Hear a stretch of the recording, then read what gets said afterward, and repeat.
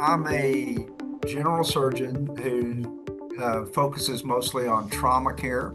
I've been doing this, I tell the residents, so there's a term, it's called postgraduate year, PGY. So yeah, I'm PGY 36. And so I've been doing this for a while, have a long experience with trauma care as well as in the military. So I ran the Army burn unit during the operations Enduring Freedom and Iraqi Freedom. So I got a lot of experience with that and in combat casualty care and how that works. And as a student of history, I can tell you that most of the advances in surgery happened during wars. Because what is important becomes very evident. Instead of the day-to-day kind of stuff, it waxes and wanes. They say, "Gosh, we sure have a lot of guys with open abdomens. Maybe that's not such a great thing. And what can we do to kind of prevent that?" And then what's great about that? It's not great. It's just is one of the things that's about that is you generally have a lot of resources to address those kind of things. And that's why advances are made during those times.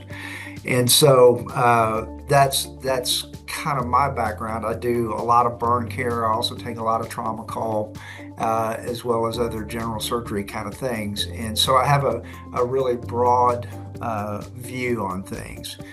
What most people don't understand about trauma surgery is we're about the whole patient. We happen to deal directly with the abdomen and chest and things like that, but there's other things that we have to make sure that get done, like broken bones. Okay, we don't do that, ortho does, but we are responsible to make sure they do. And it's the same thing with traumatic brain injuries. Are we neurosurgeons? No, they do that stuff, but we are responsible to make sure they have that.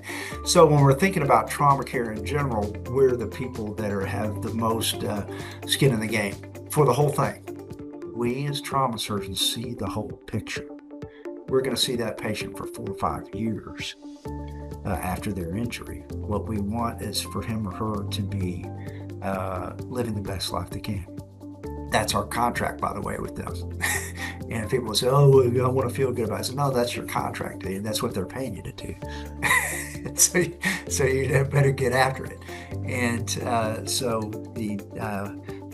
I tell people, as some of these tragic burn people, when they get kind of 50% burn, and we get them closed up, and there's a lot of problems there. But it's when you see them 2 years later, and they're yelling at their grandchild, to get off stop climbing on the table, and that makes me smile, because that guy should have been dead, right? And without advances like this, and he's actually living his life. He's scolding his grandchild. Yes, that's what life's about, right? And so these are the little things like that make us happy. From a legislator's perspective, is that they're representatives for their constituents. All of their constituents are going to get injured at some point. So this is a big deal.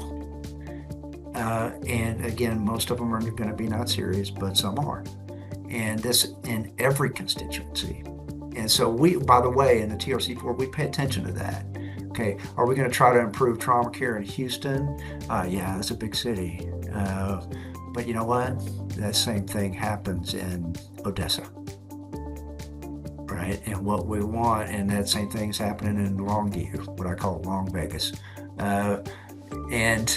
So we need to pay attention to the entire state. That is our role. And what stuff that goes on in the valley is also happening in the Panhandle. And we need to consider all of those things when we're making these advances. One of my mentors, a guy named Basil Pruitt, who was a colonel in the Army, ran the burn center in San Antonio forever. And he said, "Look, burn care is a universal trauma model, because from the metabolic responses and the infection and all these other things, it pretty much puts it all together into one place." And so he developed one of the world's leading centers in San Antonio.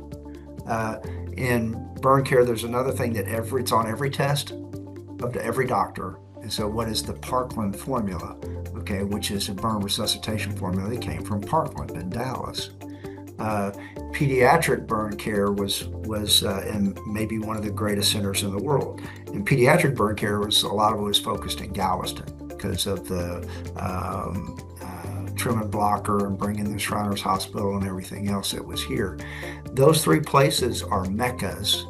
Everywhere you go in the world and talk to a surgeon, they know about those places in Texas. It's not in New York. It's not in Boston. It's in Texas. Those are the number one. Those are the places that are known for that care.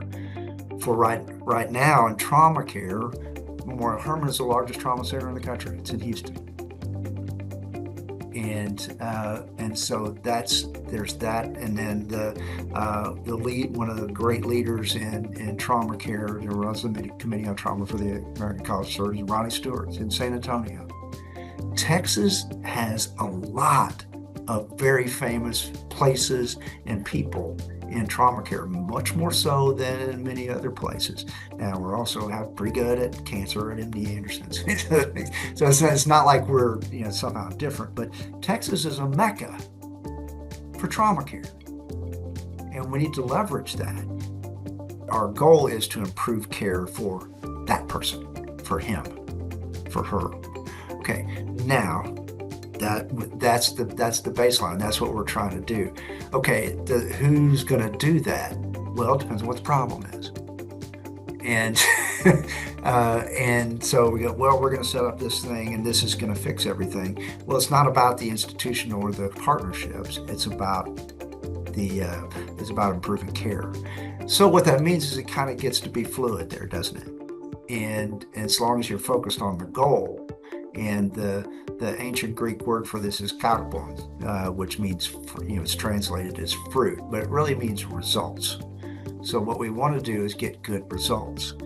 Who's going to do that? Well, there's going to be partnerships that develop, and the market will make this emerge, by the way, if you let it. Is that, okay, hey, we need to partner with Big Pharma to come up with some kind of biologic to do X, Y, and Z for bone healing or something. I don't know. And then, okay, well, we need this other hemostatic agent or something like that. Well, maybe we should be focused there on, some of the startup companies that are going to come up with these things. See, and so your partners will be chosen by what your goal is. And what's good about TRC4 is we're going to partner with anybody to fix the problem.